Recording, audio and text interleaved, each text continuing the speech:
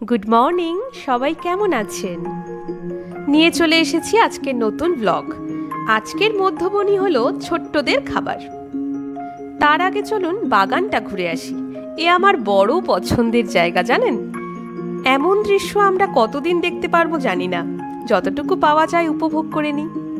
রান্নার প্রতি আকর্ষণ আমার বহুদিনের, তাই তার কালেকশনও কম নয়, কিন্তু বই ম্যাগাজিন অনেক রয়েছে। এই ম্যাগাজিন থেকেই পেয়ে গেলাম একটা দুর্দান্ত রেসিপি, পনির পিৎজা। চাইলে টমেটো সসে আপনি সয়া সস অ্যাড করতে পারেন, না চাইলে দেবেন না। প্রথমেই ইস্টের সাহায্যে ময়দার ডো বানিয়ে নিয়ে সেটাকে রুটির আকারে গড়ে নিন। রুটির থেকে একটু মোটা হবে, তার উপরে দিয়ে দিন পেঁয়াজ, ক্যাপসিকাম আর টুকরো করা পনির। সুন্দর করে চারিদিকটা স্প্রেড করে দিন। এবারে তার উপর থেকে দিতে হবে গ্রেটেড চিজ। দারুণভাবে স্প্রেড করে দিলাম।